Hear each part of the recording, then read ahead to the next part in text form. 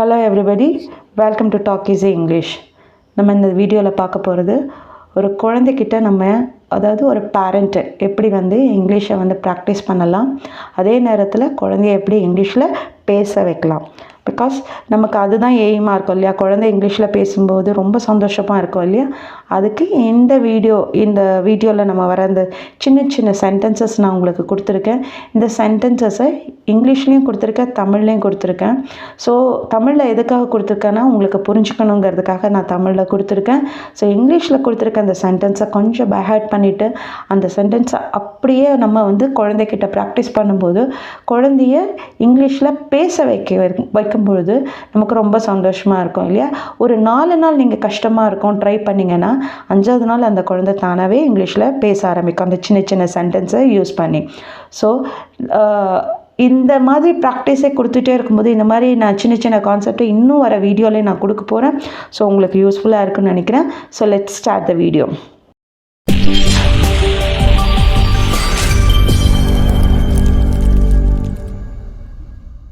First எடுத்திங்கன்னா நான் எடுத்திருக்க கான்செப்ட் குழந்தைய தூங்கிக்கிட்டு இருக்க குழந்தைய ஒரு அம்மா எப்படியெல்லாம் இங்கிலீஷில் சொல்லி எழுப்ப முடியும். நான் தமிழ்லேயும் கொடுத்துருக்கேன், இங்கிலீஷ்லேயும் கொடுத்துருக்கேன்னு சொன்னேன் இல்லையா. அதனால் இப்போ ஃபஸ்ட் எடுத்தோன்னே அம்மா பேசுவாங்க, என்னன்னு சொல்லுவாங்க, சீக்கிரம் எழுந்திரி, காலையெல்லாம் ஆயிடுச்சு அப்படின்னு சொல்லுவாங்களே. அதை நம்ம இங்கிலீஷில் எப்படி கொடுக்க போகிறோங்கிறத பார்க்கலாம். Get up dear, it is already morning. Get up dear, it is already morning. இப்போ குழந்தை என்ன பண்ணோம், அம்மா இன்னும் கொஞ்ச நேரம் நான் தூங்குறேன் அப்படின்னு சொல்லும் இல்லையா. அது எப்படி இங்கிலீஷில் சொல்ல வைக்கலாம் குழந்தைய அப்படின்னா, please just a little more sleep, please just a little more sleep, இன்னும் கொஞ்ச நேரம் தூக்கம் அப்படிங்குது. இப்போ அம்மா என்ன சொல்கிறாங்க, இல்லை சூரியனே வந்துடுச்சு, நீ இதுக்கு மேலே தூங்குன அப்படின்னா ஸ்கூலுக்கு லேட் ஆகிடும்னு சொல்லுவாங்க.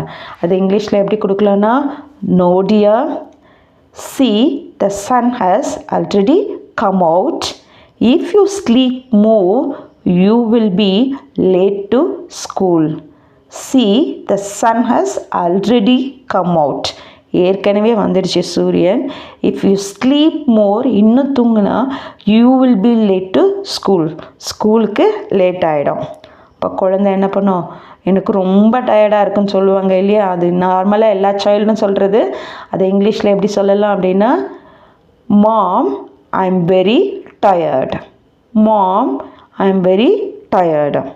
இப்போ அம்மா என்ன பண்ணுவாங்க, உடனே குழந்தைய முதுகில் செல்லமாக தட்டி கொடுத்து, இல்லை கொஞ்சமாக மெதுவாக எந்திரிச்சு நான் அம்மா உனக்கு ஹாட் வாட்டர், அதாவது வார்ம் வாட்டர் கொடுக்குறேன், ஃபேஸ் வாஷ் பண்ணிக்கோ அப்படின்னு சொல்லுவாங்க இல்லையா. முகத்தை கழுவுனா fresh ஆகிடுவேன்.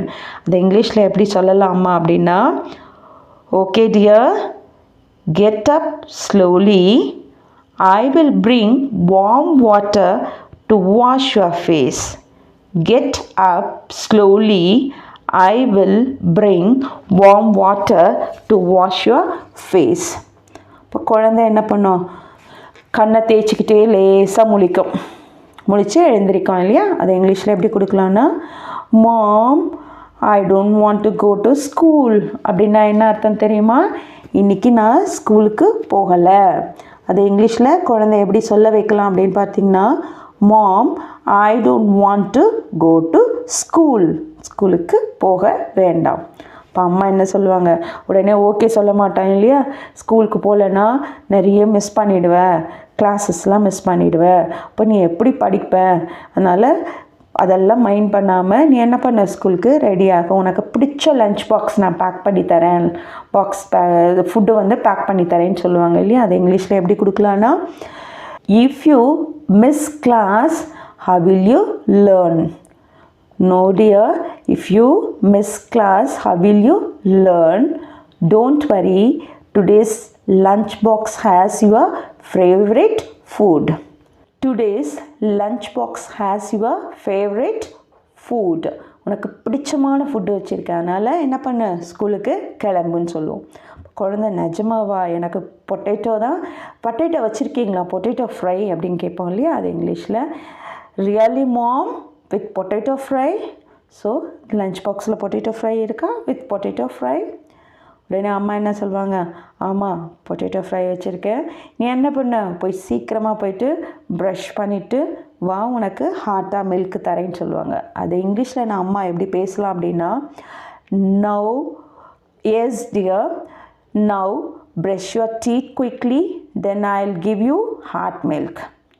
Yes dear, now brush your teeth quickly and then I will give you hot milk.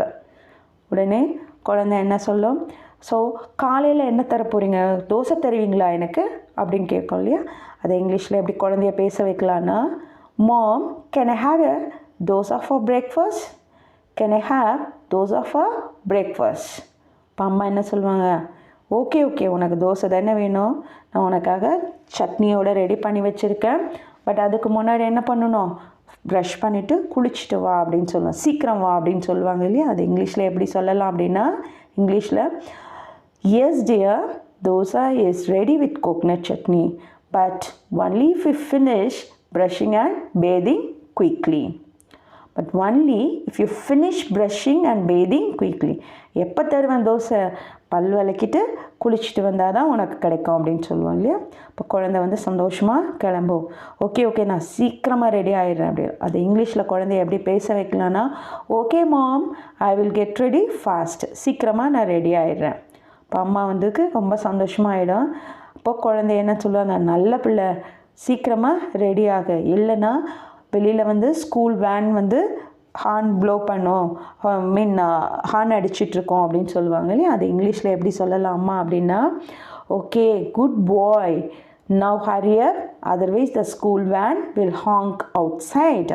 That's my good boy, now hurry up, otherwise the school van will honk outside. So இது மாதிரி நம்ம இங்கிலீஷில் குழந்தைகிட்ட நம்ம பேசணும்.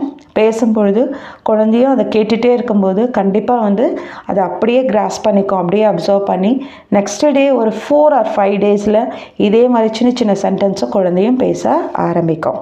So உங்களுக்கு இது ரிலேட்டடாக, இந்த வீடியோ ரிலேட்டடாக ஏதாவது கொஸ்டின்ஸ் இல்லை ஏதாவது சென்டென்சஸ் நம்ம ஃப்ரேம் பண்ண ஹெல்ப் வேணும் அப்படின்னிங்கன்னா அது you can leave those things on the comment box.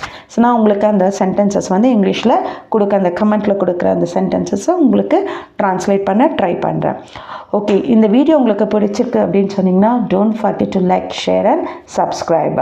So thank you for listening. Thank you so much.